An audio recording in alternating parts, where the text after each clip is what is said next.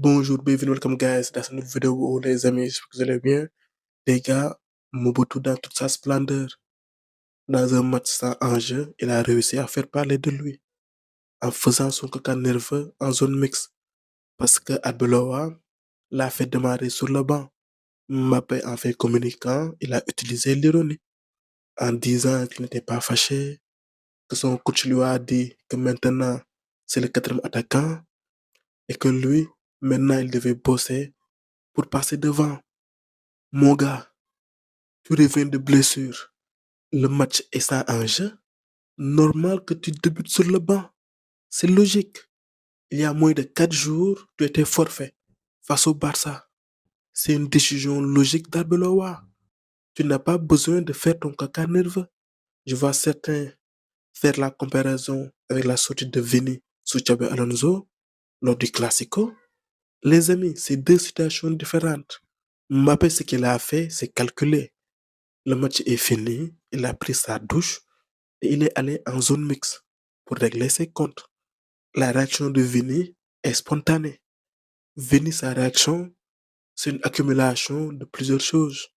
C'est une frustration accumulée. Ce changement, c'est la goutte d'eau qui a fait déborder le vase. On sait que Vini sous Xabi Alonso a plusieurs fois démarré sur le banc et lorsqu'il était titulaire, il se faisait sortir quasi systématiquement. La frustration de Vini vient de son déclassement, de l'accumulation de plusieurs choses. Et son geste n'est pas réfléchi, c'est spontané, sachant que Vini n'était pas blessé. Kylian revient de blessure, normal qu'il débute sur le banc. Et derrière, il a poursuivi pour dire que sous Xabi Alonso, l'équipe avait une structure et qu'en début de saison, ça se passait bien et que lors de la seconde moitié, l'équipe a tout perdu. Ce qu'il ne dit pas, c'est que Xabi Alonso lui avait donné les pleins pouvoirs au détriment des cadres, des joueurs qui ont accompli des choses à Madrid, les Vinicius, les Valverde et consorts. Et je le dis encore à qui veut l'entendre, Vini, Valverde sont arrivés à 18 ans au Real Madrid. Ils ont accompli des choses avec le Real Madrid. Xabi Alonso a donné les pleins pouvoirs à un joueur qui n'a rien apporté à Madrid. Je suis d'accord qu'il faisait ses stats. Ce qu'il ne dit pas non plus, c'est que sous Xabi Alonso, on battait des petites équipes. Mais face au gros, c'était compliqué. Défaite 4-0 contre le PSG, défaite 5-2 contre l'Atlético Madrid, tu te fais battre par Liverpool, tu te fais battre par Manchester City.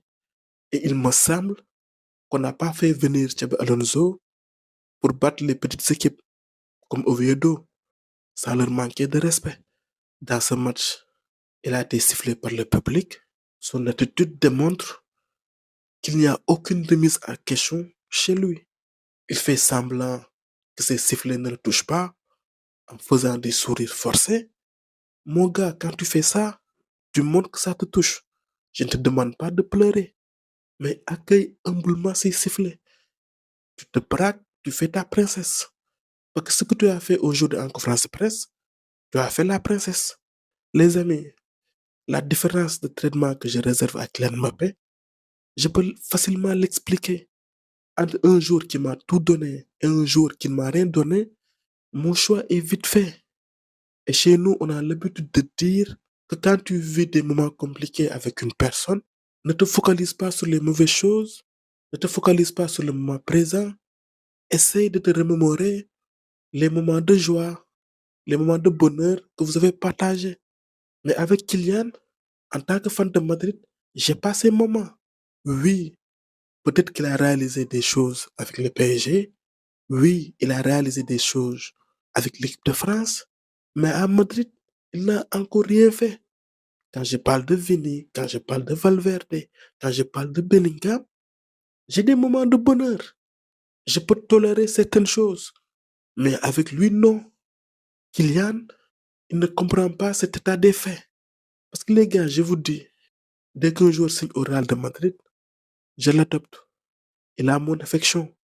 Mais cette affection doit être entretenue, doit être arrosée. En faisant quoi?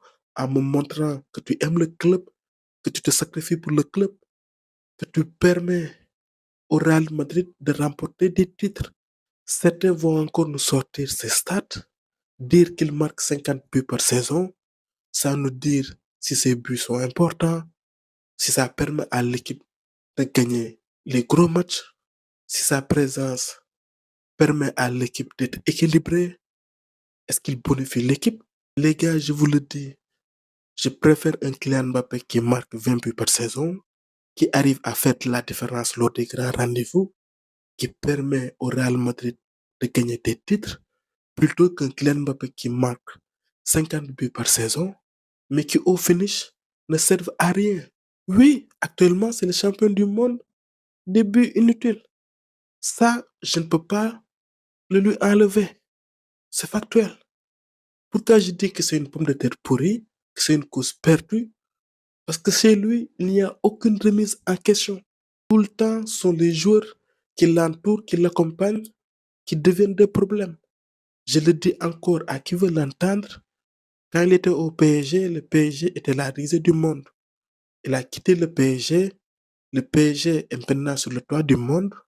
Avant qu'il ne vienne au Real Madrid, le Real était sur le toit du monde. Maintenant, le Real Madrid est devenu la risée du monde. Je ne mets pas tout sur son dos, mais il a une part de responsabilité. Remets-toi en question. Partout où il passe, ses partenaires, ses coéquipiers deviennent des problèmes. Là, aujourd'hui, on commence à voir en bizarre les Vinicius, les Valverde, les Bellingham et consorts. Kylian, s'il ne change pas sa DA et que son plan aboutisse, tous ces joueurs que je viens de citer, ils vont dégager du club. Parce que ces joueurs qui ont remporté des choses avec le Real Madrid sont maintenant devenus des problèmes parce que Mobutu est là. À force, ça devient fatigant de parler de lui. Il n'y a aucune remise en question chez lui. C'est même triste. Mobutu, remettons en question. Voilà les amis, c'était tout pour cette vidéo. On se retrouve pour d'autres vidéos. À très bientôt. Faisons le football. Au micro, c'était Devrect pour vous servir.